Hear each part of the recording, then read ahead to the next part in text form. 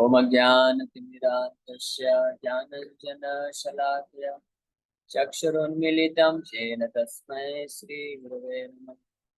नमो ॐ विष्णुपादाय कृष्णप्रेष्ठाय भूतले श्रीमते भक्तिवेदान्त स्वामिनिधि नामिने। नमस्ते सारस्वतीदेवे गौरवाणी प्रचारिणे निर्विशेष शून्यवादी पाश्चात्य देशतारिणे। जय श्री कृष्ण चैतन्य प्रभु नित्यानंद श्री अद्वैत गदाधर श्रीवासादि गौर भक्तवृंद। हरे कृष्ण कृष्ण कृष्ण हरे हरे, हरे राम राम राम हरे हरे। हरे कृष्ण। हरे कृष्ण। आप सभी भक्तों का हार्दिक स्वागत है आज के हमारे श्री चैतन्य चरितामृत। आज हम लोग डिस्कस करेंगे चैतन्य चरितामृत आदि लीला अध्याय 1 और श्लोक संख्या 82 से। तो कल तक हमने यहाँ इस श्लोक पे चर्चा किया था कि किस प्रकार से श्रील कृष्णदास कविराज गोस्वामी इस अध्याय का नाम है गुरु तत्व का वर्णन, इसमें अलग अलग प्रकार के गुरुओं का वर्णन करते हैं और भगवान ही जो है अलग अलग प्रकार के गुरु के रूप में प्रकट होते हैं। कई बार स्वयं भगवान किसी भक्त के जीवन में शिक्षा गुरु दीक्षा गुरु बनते हैं और हर एक जीव के भगवान शिक्षा गुरु के रूप में, चैत्य गुरु के रूप में, परमात्मा के रूप में तो कार्य करते ही। उनके क्या अलग अलग डिवीजन ये सब वर्णन करते हैं। तो भगवान जीवों को, हर जीव का उद्धार के हेतु अलग अलग किस प्रकार से अवतार लेते हैं इसका वर्णन करते हैं और इस प्रकार से अपने मंगलाचरण के जो प्राथमिक शुरू के श्लोक हैं उसका वर्णन करते हैं। तो आगे बता रहे हैं भक्तादिक्रम्य कैलास भार बंधन ऐसा भार बंधन सर्व सुधेराकारा। इस प्रकार से मेंशन कर रहे हैं। Now I have worshipped all the various levels of devotees, worshiping them is the source of all good fortune. To offer praise to the Lord, one should first offer praise to his devotees and associates. तो इस ये एक विधि होती है भगवान की भक्ति मार्ग में कि सर्वप्रथम उनको भगवान के महान भक्तों और गुरु आचार्यों का हम वंदना करते हैं, उनको प्रणाम करते हैं, उसके बाद हम भगवान के पास आते हैं। इसीलिए प्रथम श्लोक जो है इस मंगलाचरण के अध्याय की शुरुआत में कृष्णदास कविराज गोस्वामी मंगलाचरण के रूप में भगवान के हर तरह के भक्तों को प्रणाम करते हैं। प्रथम श्लोके कहि सामान्य मंगलाचरण, द्वितीय श्लोके ते करि विशेष वंदन। In the first verse, I have invoked a general benediction, but in the second, I have prayed to the Lord in particular form. Krishnadas कविराज गोस्वामी के द्वारा जो मंगलाचरण बोला गया है शुरुआत के 14 श्लोकों में उन्होंने मंगलाचरण किया है। तो जो पहला श्लोक है उसमें सामान्य मंगलाचरण बोला जाता है, क्योंकि इसमें सामान्य रूप से भगवान को उनके पंच तत्वों में जब भगवान प्रकट होते हैं, पंच तत्वों में मतलब कि गुरु, भक्त, अपनी शक्ति, अपने स्वरूप और स्वयं के रूप में, इस रूप में प्रकट होते हैं, तो सबका जो है जो प्रणाम करते हैं, इसलिए उनको सामान्य मंगलाचरण बोला गया है। और जो द्वितीय श्लोक है, दूसरा श्लोक में फिर विशेष रूप से श्री चैतन्य महाप्रभु को और नित्यानंद को, जो कि कृष्ण बलराम है, उनको प्रणाम करते हैं, उनके बारे में वर्णन करते हैं। तो अब आगे के श्लोकों में वो द्वितीय मंगलाचरण तो दूसरा श्लोक है उनका, उसके ऊपर वो व्याख्या करना चालू करिए। अभी तक आप ऐसे समझिए कि श्री कृष्णदास कविराज गोस्वामी अध्याय के इस ग्रंथ के प्रारंभ में जो सामान्य मंगलाचरण के पहले श्लोक, उस श्लोक का अभी तक 14 नंबर श्लोक से लेकर के 83 नंबर 83 नंबर श्लोक तक उस गुरु तत्व का और भक्त के, भगवान के भक्तों का व्याख्या करते हुए जो है वर्णन कर रहे थे। अब जो दूसरे श्लोक में उन्होंने ये जो दूसरा यहाँ पे 84 नंबर श्लोक जो आ रहा है, ये कृष्णदास कविराज गोस्वामी के मंगलाचरण का दूसरा श्लोक है जो इस अध्याय के दूसरे श्लोक में वर्णन है। इसमें सामान्य, इसमें विशेष जो है वो प्रार्थना कर रहे हैं श्री कृष्ण चैतन्य महाप्रभु और नित्यानंद। तब इनका जो योगदान है श्री गौर निताय गौरंग महाप्रभु नित्यानंद किस प्रकार से इस संसार में प्रकट हुए हैं और वो किस प्रकार से जो है बद्ध जीवों के उद्धार हेतु तमोगुण से उनको मुक्त करते हैं, इसका वर्णन करने जा रहे हैं। वंदे Shri Krishna Chaitanya नित्यानंदौ समुदितौ गौरदये पुष्पवन्तौ चित्रौ संदौ तमोदौ। Translation: I offer my respectful obeisances unto Sri Krishna Chaitanya and Lord Nityananda, who are like the sun and moon. They have arisen simultaneously on the horizon of Gaura to dissipate the darkness of ignorance and thus wonderfully bestow benediction upon all. इस श्लोक में वो भगवान श्री चैतन्य महाप्रभु नित्यानंद प्रभु को वंदना कर रहे हैं। वंदे श्री कृष्ण चैतन्य नित्यानंदौ सहोदितौ। श्री कृष्ण चैतन्य और नित्यानंद दोनों को मैं वंदना करता हूँ, दोनों को मैं प्रार्थना करता हूँ, क्योंकि ये दोनों ही गौड़ उदय, गौड़ देश यानी पूर्व बंगाल में, जो कि पूर्वी भाग है भारतवर्ष का, तो उधर से पूर्व से उदय हुए हैं। सहोदितौ, साथ ही साथ, एक साथ उदय हुए हैं। पुष्पवंतौ, मतलब सूर्य चंद्रमा की भांति। और क्या करने के लिए उदय हुए हैं? जैसे सर्वप्रथम जो है जो चंद्रमा सूर्य है वो उदय होता है बंगाल से, और वहां से उदय होकर पूरे विश्व में जो है अपनी रोशनी दिखाता है। उसी प्रकार से श्री चैतन्य महाप्रभु नित्यानंद प्रभु ये भी पूर्व दिशा से उदय होके चित्रो संदो तमो नुदो, ये जो अंधकार रूपी तमोगुण है, तमोगुण का नाश करते हैं। और बहुत ही किस प्रकार से? संदो, संदो मतलब बेनेडिक्शंस, आशीर्वाद देके, और बहुत ही वंडरफुल तरीके से ये उदय होते हैं। क्योंकि प्रायः जो सूर्य और चंद्रमा है वो अलग अलग उदय होते हैं, लेकिन भगवान के प्रयोजन से ये दोनों सूर्य और चंद्र और नित्यानंद प्रभु और चैतन्य महाप्रभु साथ साथ उदय हुए हैं। और इस श्लोक का व्याख्या करना चालू करेंगे। ये बहुत महत्वपूर्ण है, आप सब कृपा करके ध्यान से श्रवण करिए कि किस प्रकार से श्री गौर पिता है गौरांग महाप्रभु और नित्यानंद प्रभु इस कलयुग की बड़ी भारी विकट स्थिति को देखते हुए किस प्रकार से कली के तमोगुण में सब जीव जो है अंधकार में फंसे हुए, तो वही कृष्ण जो पूर्व में श्याम सुंदर और कृष्ण और बलराम जो ब्रज में लीला किए, अब यहाँ पे श्री श्री गौर पिता के रूप में प्रकट होने जा रहे हैं। आगे वर्णन कर रहे हैं। ब्रजे ये विहरे पूर्व कृष्ण बलराम, कोटि सूर्य चंद्र जी तो हार निज धाम। से दुई जग तेरे हरिया सदा, गौड़ देश पूर्व शैल करि लब्धय। ब्रजे ये विहरे, Sri Krishna and Balaram, the personalities of Godhead who formerly appeared in Vrindavan and were millions of times more effulgent than the sun and moon, have arisen over the eastern horizon of Gaudadesh, West Bengal, being compassionate for the fallen state of the world.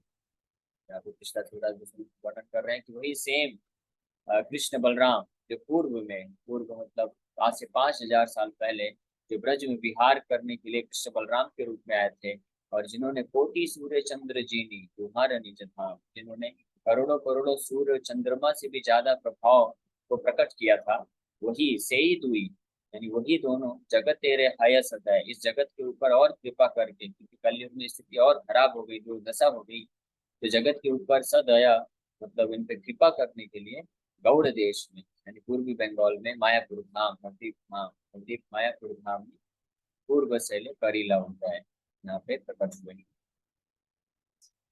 Shri Krishna Chaitanya are प्रभु नित्यानंदा, यहाँ प्रकाश सर्व जगत Ananda. The appearance of Sri Krishna Chaitanya and Prabhu Nityananda has surcharged the world with happiness. Shri Krishna Chaitanya Mahaprabhu और नित्यानंद प्रभु जब प्रकट हुए, इनके प्रकट होने से सारे जगत में आनंद का वितरण हो गया। और वो किस प्रकार से वितरण हुआ है, किस प्रकार से श्री श्री गौर निताय प्रकट हुए हैं, इसका वर्णन आगे चल के दूसरा थोड़ा बड़े विस्तार से करने वाले हैं। सूर्य चंद्र हरे सब अंधकार, वस्तु प्रकाशीय करे धर्म प्रचार। हे मत दुई भाई जीवेरा ज्ञान, तमो नाश करी कैल तत्व वस्तुदान। बहुत सुंदर बात यहाँ पे बोल रहे हैं। As the sun and moon drive away darkness by their appearance and reveal the nature of everything, these two brothers dissipate the darkness of ignorance, covering the living beings and enlighten them with knowledge of the absolute truth. यहाँ पर उपमा दिया जा रहा है, सूर्य चंद्र से उपमा क्यों दिया जा रहा है कि जिस प्रकार से जब घोर अंधकार होता है, तो सूर्य और चंद्र जब उदय होते हैं तो स्वतः सारा अंधकार नष्ट हो जाता है, और वस्तु प्रकाशीय करे धर्मे रप्रचार, यानी जो वस्तु जिस जगह पे होती है, जिस वस्तु का क्या फंक्शन है, क्या कार्य है, अपने आप प्रकाशित हो जाता है, और सब लोग अपने अपने कार्य में लग जाते हैं और कार्य करने लग जाते हैं। अंधकार के नष्ट होने पे। उसी प्रकार से इस तमोगुण के प्रभाव में, कली के प्रभाव में, जब हर जीव जो असली वस्तु है, असली तत्व वस्तु है, ब्रह्म, भगवत, भगवत तत्व जो है, भगवान के बारे में, जब सब कोई के आंखों के सामने, ज्ञान चक्षु के सामने पर्दा लगा हुआ है, कोई नहीं समझ पा रहा है कि परम भगवान कौन है, भक्ति क्या होता है, और तमोगुण के अंधकार में फंसे हुए हैं, तब ऐसी स्थिति में ये दोनों भाई सूर्य और चंद्र की भांति पूर्व बंगाल से प्रकट होते हैं और सारे जीवों का अज्ञान तमो नाश करे, अज्ञानता रूपी जो तमोगुण है, अंधकार है, उसका नाश करके कैला तत्व वस्तुदान। और इन्होंने तत्व वस्तुदान मतलब परम ब्रह्म है, भगवान कृष्ण परम भगवान के बारे में जो दिव्य ज्ञान है, अचिंत्य भेदाभेद तत्व को सिखाते हुए इस तत्व का ज्ञान प्रदर्शित करते हैं, प्रकाशित करते हैं, तत्व वस्तु को प्रकाशित करते हैं। क्योंकि क्या हुआ था, भगवान कृष्ण के चले जाने के बाद, आज से लगभग 5,000 साल पूर्व भगवान कृष्ण आए, उन्होंने धर्म की स्थापना तो की, महाभारत का युद्ध करवाया, फिर गीता को उपदेश देके धर्म की स्थापना करके भगवान कृष्ण चले गए। और भगवान कृष्ण पूरी तरह से आश्वस्त थे, हाँ अभी तो गीता का उपदेश दे दिया है, सब लोग गीता को पढ़ के अच्छे से तत्व वस्तु को समझ जाएंगे और आसानी से भौतिक जगत के अंधकार से अपने आप को मुक्त करके मेरे निज धाम आध्यात्मिक जगत गोलोक वृंदावन प्रवेश पा सकेंगे। लेकिन भगवान जब देखे, वापस ऑब्जर्व किए, कली के प्रभाव के कारण भगवान का जो भगवत गीता का ज्ञान है, कई लोग हैं जो उसको गलत तरीके से मिस इंटरप्रेट करके अलग अलग व्याख्या देके, जहाँ पे भगवान साफ साफ बोल रहे हैं कि मैं एक व्यक्ति हूँ और मैं परम भगवान हूँ, परम सत्य हूँ, उस बात को जो है लोगों ने मिस इंटरप्रिटेशन करके गलत व्याख्या देके इस प्रकार से छुपा दिया कि जैसे कोई जलता हुआ बल्ब है, उसको काले कपड़े से बहुत सारा कवरिंग लगा के उसको ढक दिया गया है। जो बल्ब जो है अपने आप जो है अपने आप तेज प्रकाशित करता है, उसको अलग से उस बल्ब को देखने के लिए जो है किसी दूसरे सोर्स ऑफ लाइट, किसी और प्रकाश की किरणों का आवश्यकता नहीं होता है। लेकिन जो तथाकथित स्कॉलर हुए, मायावादी लोग हुए, विशेष रूप से ऐसे दार्शनिक जिनके हृदय, इनका हृदय में भगवान कृष्ण के प्रति ईर्ष्या था, उन्होंने भगवत गीता का जो ओरिजिनल स्वरूप है, उस बल्ब के भांति जो पूरी तरह से प्रकाशित हो रहा है, प्रकाश कर रहा है कि भगवान कृष्ण परम भगवान है। गीता के एक एक श्लोक में यह बात विदित होता है कि कृष्ण जो है परम भगवान है। भगवान कृष्ण साफ साफ बोलते हैं, मत्तः परतरम नान्यत् किंचित् अस्ति धनंजय, मेरे से ऊपर कोई नहीं है, और अहम सर्वस्व प्रभुः मत्तः सर्वम प्रवर्तते, मैं ही हर वस्तु, हर चीज का स्रोत हूँ, और एक केवल और केवल एकमात्र मेरा आश्रय लेना चाहिए। मन मना भो मत भक्तो मत त्याजी माम नमस्कुरु। भगवान ये श्लोक 2 बार बोले गीता में, जोर जोर से, जोर दे करके बोले। अर्जुन सुनो, सबसे परम दिव्य ज्ञान मैं तुमको बताता हूँ, सबसे परम गुह्य ज्ञान बताता हूँ, क्या करना है। मन मना भो मत भक्तो, मेरा हमें सदैव चिंतन करो, मेरा हमेशा स्मरण करो, मेरा पूजा करो, मेरा वर्शिप करो, और मुझे समर्पण करो। सर्वधर्मान् परित्यज्य माम एकम शरणं व्रज। इस तरह से मैंने तो कुछ श्लोक आपको बताए, गीता के ऐसे सैकड़ों श्लोक हैं जहाँ पे भगवान साफ साफ बता रहे हैं कि हमको क्या करना चाहिए, कृष्ण का भक्ति करना चाहिए, कृष्ण के नाम का स्मरण करना चाहिए। और कृष्ण का जो स्वरूप है वो सच्चिदानंद विग्रह है, उसमें माया का लेश मात्र भी नहीं है। लेकिन फिर भी ऐसे स्वतः प्रकाशित होने वाला जो भगवत गीता है, जो पूर्ण ज्ञान देता है, इस भगवत गीता को भी लोगों ने अंधकार में ढक दिया। किस किस प्रकार से, अपने शब्दों के द्वारा, अपने गलत व्याख्याओं के द्वारा प्रदर्शित करके। तो जब भगवान इस प्रकार से ऑब्जर्व किए, तब उन्होंने विचार किया कि वास्तव में भगवत गीता का थ्योरी का ज्ञान तो मैंने दिया है, लेकिन अब इस भगवत गीता को वापस से उजागर करने के लिए, इसको प्रैक्टिकली व्यवहारिक रूप में प्रकट करने के लिए पुनः आना पड़ेगा। और इसी चीज को जो है यहाँ पे कृष्णदास कविराज गोस्वामी बोल रहे हैं कि इस ज्ञान को, वस्तु निर्देश, वस्तु जो असली वस्तु है, असली तत्व है कि परम भगवान कृष्ण है, इस ज्ञान को, इसको तमोगुण अंधकार में ढक दिया गया था।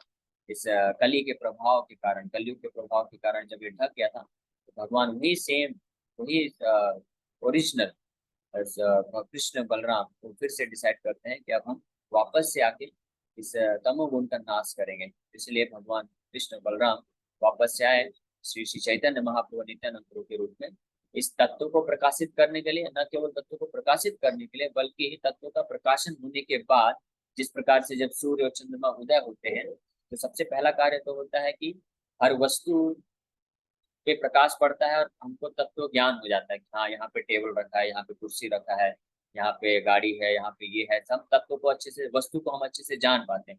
केवल इतना ही नहीं, फिर उसके बाद हम उसी सूर्य की उपस्थिति के कारण दिन में फिर हर लोग जो है, हर कोई, हर व्यक्ति जो है अपने अपने कार्य में व्यस्त हो जाता है। उसी प्रकार से जब ऐसे चंद्रमा और मून आप देख भी सकते हैं, भगवान चैतन्य महाप्रभु नित्यानंद प्रभु लग भी रहे हैं बिल्कुल सूर्य और चंद्र की तरह, है ना। इसलिए भक्ति विनोद ठाकुर एक बहुत प्रसिद्ध भजन गाते हैं, जो गौर आरती के रूप में हमारे मंदिरों में, हर इस्कॉन मंदिरों में शाम को 7 बजे संध्या आरती में गौर आरती के रूप में गाया जाता है। किबा बहु कोटि चंद्र जीनी वदन उज्ज्वला, बहु कोटि चंद्र जीनी, यानी करोड़ों करोड़ों करोड़ों करोड़ों चंद्र के तेज से ज्यादा जिनका वदन जो है वो प्रकाशित हो रहा है। ऐसे प्रकाशित करने के कारण जो है असली वस्तु, असली जो तत्व है, गीता का असली तत्व है, भगवत तत्व या कृष्ण तत्व, कृष्ण को तत्वतः जो है प्रदर्शित प्रकाशित किए स्वयं श्री कृष्ण बलराम श्री चैतन्य महाप्रभु नित्यानंद प्रभु के रूप में आके, और बतलाए, पूरे जगत को बतलाए कि कृष्ण कौन है, कृष्ण ही परम भगवान है। और जीव का जो एकमात्र धर्म है वो है सर्वधर्मान परित्यज्य माम एकम शरणम प्रजा, कृष्ण के चरण कमलों में आश्रय प्रदान कर, आश्रय लेना है, उनको समर्पण करना है। और ये करने मात्र से व्यक्ति के जीवन का जो समस्त अंधकार है, तमोगुण है, वो सब नष्ट हो जाएगा। इग्नोरेंस, जितना भी इग्नोरेंस है इस संसार में, लोग दुखी क्यों है, भ्रमित क्यों है? बिकॉज ऑफ इग्नोरेंस, अज्ञानता के कारण, तमोगुण होने के कारण। जिस प्रकार से जब अंधकार होता है, पूरा घोर अंधकार है, कहीं से भी प्रकाश नहीं है, तो हम जो है भयभीत रहते हैं, विचलित रहते हैं, हम आगे नहीं बढ़ सकते, हम कुछ देख नहीं सकते हैं, समझ नहीं सकते हैं, कंफ्यूजन रहता है ना। एक छोटे से आप अपने रूम में भी रहेंगे तब भी आप एक कदम भी आगे आगे बढ़ाने में घबराएंगे, क्योंकि अंधकार के कारण। लेकिन जैसे एक लाइट ऑन हो गया तो आप आराम से दौड़ भी सकते हैं। इसी प्रकार से इस घोर तमोगुण होने के कारण, तो तमोगुण क्या है? भगवत तत्वों के बारे में ना की अज्ञानता, भगवत तत्वों के बारे में ना जानना कि कृष्ण जो है परम भगवान, इस तत्व को छुपा दिया गया जब कली के प्रभाव के कारण। ऐसे बहुत ही कठिन परिस्थिति में, अंधकार में, तमोगुण की स्थिति में श्री श्री कृष्ण बलराम गौर निताय के रूप में प्रकट होते हैं और वस्तु निर्देश करते हैं, वस्तु को प्रकाशित करते हैं। और केवल इतना ही नहीं, तो उन सभी वस्तुओं को, वस्तु प्रकाशित होने के बाद हमको क्या, हमारा स्वाभाविक कार्य है, हमको क्या करना चाहिए, भगवान का भक्ति करना चाहिए, जो कि गीता का अंतिम उद्देश्य है, अंतिम लक्ष्य है। भगवान गीता में बोले कि करना क्या है, मन मना भव मत भक्तो मत त्याजी माम नमस्कुरु, मेरा चिंतन करो, मेरा स्मरण करो और मेरा भक्ति करो, मेरा भक्त बनो, मेरा सेवा करो, मुझे प्रणाम करो। इस प्रकार से माँ बेवश्य सत्यम ते प्रति जानो प्रियसु में, तुम निश्चित रूप में मुझे प्राप्त करोगे, इसमें कोई संदेह नहीं है। और इस भौतिक जगत के समस्त दुखों और क्लेशों से मुक्त हो जाओगे। ये भगवान कृष्ण ने फाइनल इंस्ट्रक्शन दिया भगवत गीता में। इस चीज को व्यवहारिक रूप से कुछ चैतन्य महाप्रभु नित्यानंद प्रभु आके प्रदर्शित किया कि ये करना कैसे है। और जैसे कि आप देख सकते हैं कि यहाँ पे श्री गौर निताय अपने पंच तत्व और अन्य गौर पार्षदों के साथ मिलके, कोई मृदंग बजा रहा है, कोई करताल लिया हुआ है, और स्वयं श्री गौर निताय जो है दोनों हाथ ऊपर करके संकीर्तन करते हुए इस बात को प्रचार कर रहे हैं, बता रहे हैं कि वस्तु निर्देश तो पता चल गया कि वस्तु तत्व जो है, कि भगवत तत्व पता चल गया कि भगवान कृष्ण परम भगवान है, परम नियंता है, हम उनके नित्य दास हैं। अब उनका भक्ति किस प्रकार से करना है, वो साधना भक्ति हरिनाम संकीर्तन के माध्यम से, हरे कृष्ण कृष्ण कृष्ण हरे हरे, हरे राम राम राम हरे हरे, इसको खुद व्यवहारिक रूप से प्रकट किए। तो सब सर्वप्रथम तो भगवान की ये बहुत अद्भुत लीला है। अभी हम लोग जब 13वें अध्याय में पहुंचेंगे तो और इसका विस्तार से वर्णन करेंगे कृष्णदास कविराज गोस्वामी, लेकिन मौका पाके के बस इसमें थोड़ा सा ऐड करना चाहूंगा कि भगवान चैतन्य महाप्रभु जब प्रकट हुए, उस दिन से, प्रकट होने के दिन से लेकर के भगवान ने हरिनाम को उदय कर दिया। क्योंकि उस दिन भगवान के प्रयोजन से जो है, हालांकि वो दिन तो था गौर पूर्णिमा, फाल्गुन मास की पूर्णिमा के दिन भगवान चैतन्य महाप्रभु प्रकट हुए थे, संध्या काल में अवतीर्ण हुए थे। लेकिन भगवान जो है अपने प्रयोजन से क्या किया, उन्होंने चंद्र ग्रहण लगवा दिया। और चंद्र ग्रहण के समय पे जितने भी लोग होते हैं सब गंगा नदी में जाके लाखों की संख्या में सब लोग हरिनाम ले रहे हैं, जो जो श्री कृष्ण महामंत्र का उच्चारण कर रहे हैं। तो ऐसी परिस्थिति में चैतन्य महाप्रभु खुद प्रकट हुए, अपने आप को प्रकट किया। यानी प्रकट होते ही चैतन्य महाप्रभु ने डिक्लेयर कर दिया कि ये इस कलयुग के तमोगुण का अगर विनाश करना चाहते हैं तो हरिनाम का आश्रय लेना अनिवार्य है। फिर आगे फिर जैसे भी उनकी जो भी लीला हुई, बचपन की लीला, फिर कैशोर लीला, इस तरह से आगे जैसे भी बढ़ते हैं, हर लीला में चैतन्य महाप्रभु ने यही प्रदर्शित किया, हरिनाम संकीर्तन के महत्व को। और जब गृहस्थ आश्रम में थे, संन्यास लेने के पूर्व, तो नवदीप धाम में ही हर जगह हरिनाम संकीर्तन करते थे। फिर चैतन्य महाप्रभु विचार किए कि इस हरिनाम संकीर्तन को अभी पूर्व बंगाल से लेकर के पूरे पश्चिम में प्रवाह फैलाना है, पूरे हर जगह प्रवाहित इसको इसको फैलाना है। इसलिए फिर वो संन्यास लेके निकल पड़े और पूर्व से लेकर दक्षिण भी गए, उत्तर भी गए और पश्चिम भी आए। तो चैतन्य महाप्रभु तो इधर मुंबई तक आए, मुंबई पश्चिम तक आए, भारत के ही पश्चिम छोर तक गए। लेकिन उसके बाद फिर प्रिडिक्शन किए, महाप्रभु चाहते तो खुद कर सकते थे पूरा कार्य पूरे ब्रह्मांड में, उनके लिए कोई कठिन कार्य नहीं। लेकिन चैतन्य महाप्रभु का इच्छा था कि अपने परम भक्त, एक सेनापति भक्त जो आएगा मेरा, वो मेरे इस संदेश का, मेरे इस कार्य को पूरा करके और पश्चिम तक लेके जाएगा। और वो हुए श्रील प्रभुपाद जी, जो कि चैतन्य महाप्रभु के इसी संदेश को, इसी कार्य को, महाप्रभु का जो मिशन है, चैतन्य महाप्रभु का जो कार्य है कि पूर्व से लेकर के पश्चिम तक लेके जाना है। और पश्चिम जैसे सूर्य जो है पूर्व से उदय होकर पश्चिम तक जाता है और हर जगह जो है अंधकार को नष्ट करते हुए जाता है, उस प्रकार से महाप्रभु पूर्वी बंगाल में प्रकट हुए और पश्चिम, भारत के पश्चिम छोर तक आए और दक्षिण वगैरह सब कवर करते हुए हरे हरिनाम संकीर्तन का प्रचार किया और सब लोग को वैष्णव बनाए, भगवान कृष्ण का के तत्व को समझाए और हरिनाम संकीर्तन प्रकाश किए। और उसके बाद फिर भविष्यवाणी किए कि यही मेरा जो कार्य है, अपने कार्य को महाप्रभु आधा छोड़ के जो है अपने एक भक्त सेनापति भक्त के ऊपर ये दायित्व छोड़े, और वो हुए श्रील प्रभुपाद जी, जिन्होंने इस हरिनाम संकीर्तन को, चैतन्य महाप्रभु के इसी दिव्य प्रकाश को जो है वो प्रकाशित किए पूरे विश्व में, विशेष रूप से western countries, American, European countries में जाकर इस बात का प्रचार किया। और केवल इतना ही नहीं, चैतन्य महाप्रभु के जो अनेकों अनेकों नित्य पार्षद हैं, जो कि महाप्रभु के संदेश को पूरे ब्रह्मांड में फैला रहे हैं।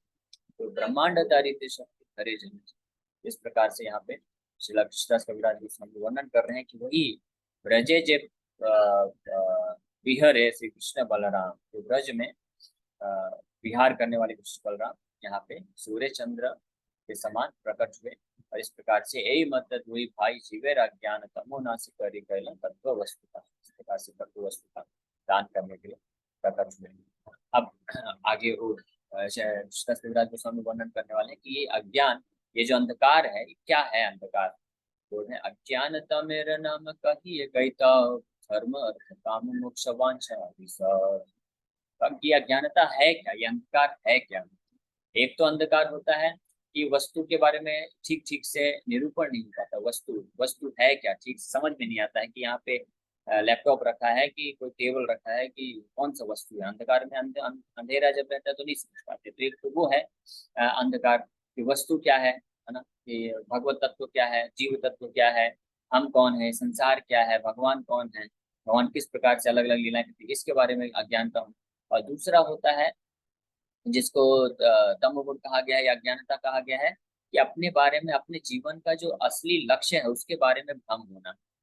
और उसको यहाँ पे कैतव कहा गया है। The darkness of ignorance is called कैतव, the way of cheating which begins with religiosity, economic development, self gratification and liberation. तो जो दूसरा जो घोर तमोगुण है वो है कैतव धर्म। कैतव धर्म का मतलब होता है धोखा देने वाला धर्म, यानी ऐसा धार्मिक कार्यकलाप करना जिसका उद्देश्य इस ये रखना कि इसको करने के बाद हम कुछ भौतिक ऐश्वर्य प्राप्त करेंगे, भौतिक निंद तृप्ति की भावना के साथ धार्मिक कार्यकलापों का अनुष्ठान का, यज्ञ तपस्या दान व्रत ये सब करना, यहाँ तक कि भगवान के नाम का उच्चारण और कीर्तन पूजा विधि भी करना। अनंत चैतन्य महाप्रभु के आने के पूर्व ऐसा नहीं था कि लोग भगवान विष्णु भगवान कृष्ण का जो है पूजा पाठ नहीं करते थे। करते थे, वो लोग पूजा पाठ करते थे, नियम पालन करते थे, व्रत करते थे, ये चातुर्मास रखते थे, है ना, अलग अलग कार्तिक व्रत का पालन करते थे। बहुत तो कई लोग तो भगवान के नाम का जप भी करते थे, कृष्ण का आराधना भी करते थे, पूजा भी करते थे। तो लेकिन फिर भी उन सबके अंदर एक अंत हृदय में जो घोर तमोगुण बसा हुआ था, वो तमोगुण क्या था? कैतव धर्म। यानी वो ये सब इस जो असली लक्ष्य है, जो असली उद्देश्य है, किस लिए भगवान का नाम जप करना चाहिए, उनका सेवा करना चाहिए, कि असली उद्देश्य के बारे में भ्रमित थे। उसके इसके इसके बारे में उनके हृदय में अंधकारता थी। और वो अंधकारता क्या थी कि वो ये सब सेवा, भगवान का नाम जब भक्ति ये सब करते थे, दान यज्ञ तपस्या व्रत करते थे भगवान से कुछ भौतिक इंद्र तृप्ति को प्राप्त करने के लिए। इसलिए यहाँ पे इसको कैतव यानी धोखा देने वाला धर्म बोला गया है। और यही जो है घोर अज्ञान और तमोगुण से इसको कंपैरिजन किया गया है।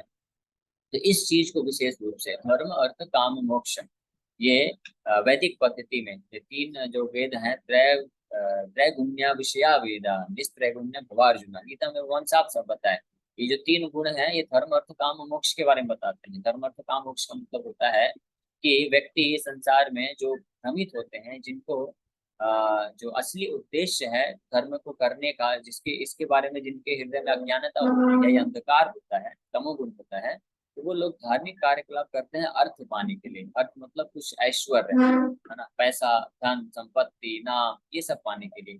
और वो सब वो प्राप्त करना चाहते हैं ताकि इसके माध्यम से अपना काम, यानी धर्म अर्थ फिर उसके बाद काम, अपनी काम वासनाओं की पूर्ति कर सके, इंद्र तृप्ति की भावना को पूरा कर सके।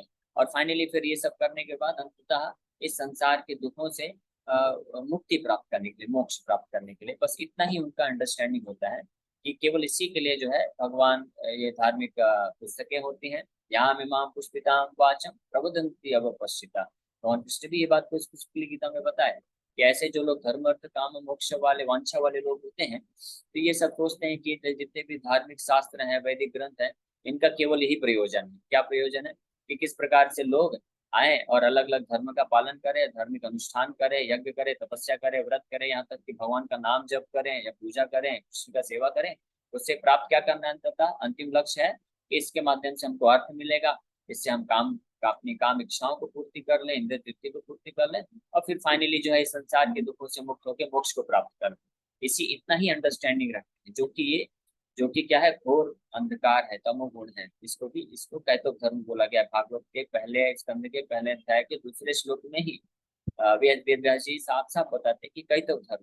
तो हालांकि भागवत में और गीता में सब के बारे में बहुत अच्छे से स्पष्ट रूप से वर्णन किया गया है, लेकिन फिर भी कली के प्रभाव में ये जो घोर अंधकार है ऐसे लोगों के हृदय में जाके जम गया है ना, जो कि धार्मिक अनुष्ठानों का तो पालन कर रहे हैं, लेकिन अंदर ही अंदर उनका उद्देश्य क्या है? कृष्ण को प्रसन्न करना नहीं, कृष्ण के प्रति प्रेम विकसित करना नहीं है, इस भौतिक जगत से अपने आप को मुक्त करके आध्यात्मिक जगत में जाना नहीं है, बल्कि इसी भौतिक जगत में रहते हुए कृष्ण का, भगवान का इस्तेमाल करके अपनी इंद्रिय की तृप्ति को करना है।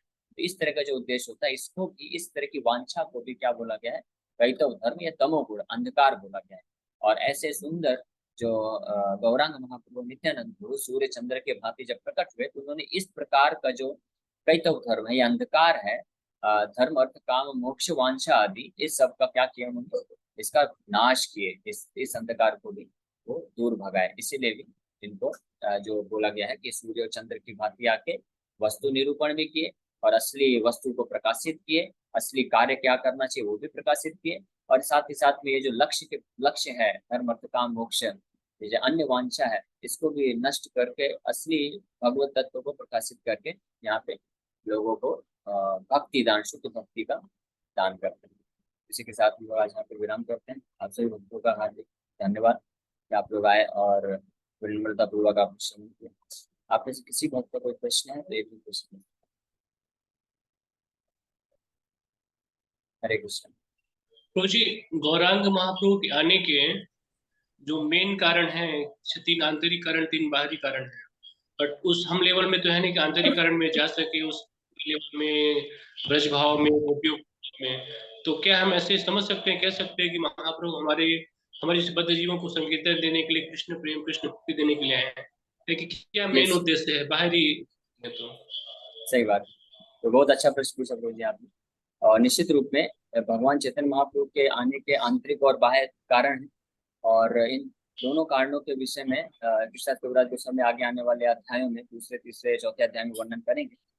और बाहरी कारण तो निश्चित रूप में ये है कि जैसा अभी यहाँ पे वर्णन चल ही रहा है, प्रश्न चल रहा है कि घोर तमोगुण को, अंधकार को नष्ट करके कृष्ण की भक्ति प्रदान करने के लिए चैतन्य महाप्रभु आए।